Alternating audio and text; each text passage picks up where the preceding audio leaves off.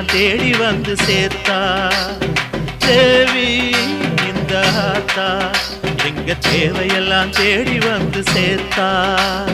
தாய்மையிலே பார்த்தா நோய்களிலே காத்தா பூவெடுத்து போட்டா பொன்னளப்பா ஆத்தா பொன்னளப்பா ஆத்தா பொன்னளப்பா ஆத்தா.